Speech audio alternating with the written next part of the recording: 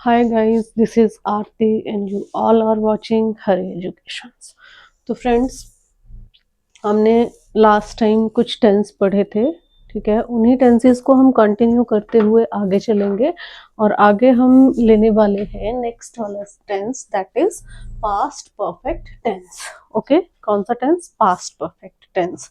तो क्या है past perfect tense? So let us take the introduction first. क्या है introduction? The past perfect tense describes an action that was completed before another past action। ठीक है, तो क्या बोलता है आपका past perfect tense? Past perfect tense shows the perfection of the past। ठीक है, मतलब किसी दूसरे काम के होने से पहले जो आपका कोई काम जो है वो किसी अनदर एक्शन लिखा है ना यहाँ पे, तो किसी दूसरे काम के कंप्लीट होने से पहले जो काम कंप्लीट हो चुका होगा, ठीक है, कंप्लीट हो चुका है, मतलब परफेक्शन है यहाँ, that is past perfect tense. Okay, ठीक है। तो क्या है आपका पास्ट परफेक्ट टेंस? ऐसा टेंस जो आपको क्या बताता है, कुछ ऐसे एक्शन के बारे में बताता है जो एक्शन पास्ट में कंप्लीट हो चुका होता है। जनरली जो एक्शन पास्ट में कंप्लीट हो चुका होता है, राइट। तो let us take the structure regarding this tense. Okay, तो स्ट्रक्चर क्या है आपका? Subject plus had plus V3 plus object and then other words if any. Okay, तो देखो सब्जेक्ट एज यूजुअल आपको पता है सब्जेक्ट क्या होता है, ठीक है। हैड है आपका सब्जेक्ट, आपका कोई भी आपका पर्सन प्लेस थिंग या फिर आप कह सकते हैं नाउन या फिर प्रोनाउन, ठीक है। हैड क्या है आपका? आपका हेल्पिंग वर्ब है, ठीक है, हेल्पिंग वर्ब, ठीक है। ये है आपका कोई भी नाउन, पर्सन प्लेस या फिर थिंग, कुछ भी हो सकता है यहाँ पे, ठीक है। एंड उसके बाद क्या आता है आपका? V3 वर्ब की थर्ड फॉर्म, ठीक है, एक्शन वर्ड की थर्ड फॉर्म, ठीक है। Then object of a sentence and then other words if any. अगर सेंटेंस में कोई और वर्ड्स हैं तो उनको आप ले सकते हो। ओके, ओके, तो स्ट्रक्चर के अकॉर्डिंग हमें अब यहाँ पे देखना है कि आप हेल्पिंग वर्ब का यूज कैसे करते हो। अदरवाइज हम हेल्पिंग वर्ब का यूज करते थे जब, तब हमें ये देखना होता था कि इधर the subject of a sentence is singular और plural, but there is no confusion here about the subject of a sentence. Either the subject of a sentence is singular or plural। आपका हेल्पिंग वर्ब हमेशा कौन सा आएगा? Had आएगा, ठीक है। आपका हेल्पिंग वर्ब क्या आएगा यहाँ पे? हैड ही आएगा, ठीक है। So there is no confusion regarding this tense. Okay, तो that was all about your helping verb, the use of helping verb. Fine, okay, so next we will take the example regarding it। okay, example is uh, as per the structure we will take the example.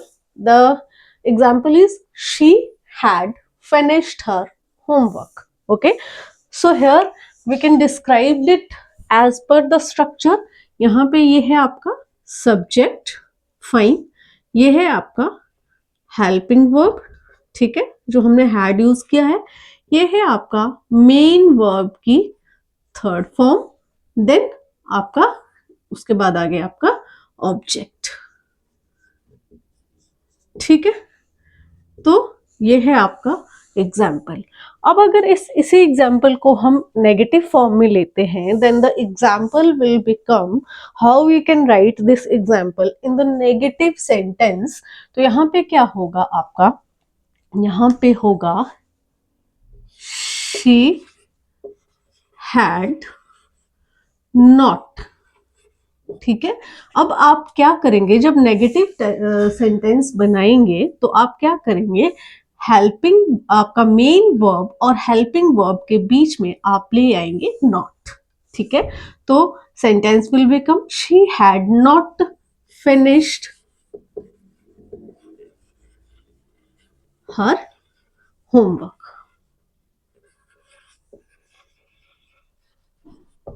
Fine, is it fine? Okay, यहाँ पे हमने सिर्फ इसमें हमने यहाँ इन दोनों के बीच में नॉट को ऐड किया है, दैट्स इट। ओके, अभी अगर हम देखें यहाँ पे इंटेरोगेटिव सेंटेंस को अगर हम लिखते हैं पास्ट परफेक्ट टेंस की फॉर्म में, then we will take here first of all यहाँ पे हम क्या ले लेंगे, हैड, ठीक है, had she, had she finished her homework, and then interrogation sign. Okay, so that's all about the past perfect tense. Okay, let's take the quick revision for a clarification. Okay, first of all we took the definition. So as per the definition, what is the past perfect tense? Past perfect tense describes an action that was completed before another past action. मतलब जो simply genuinely आप इसको बोल सकते हो कि आपका जो एक्शन, ऐसा एक्शन जो पास्ट में कंप्लीट हो चुका है, that's it.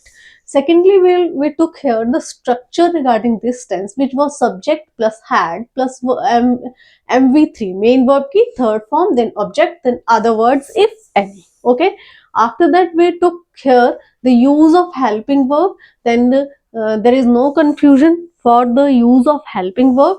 In any case, we will use here had as the helping verb. Okay.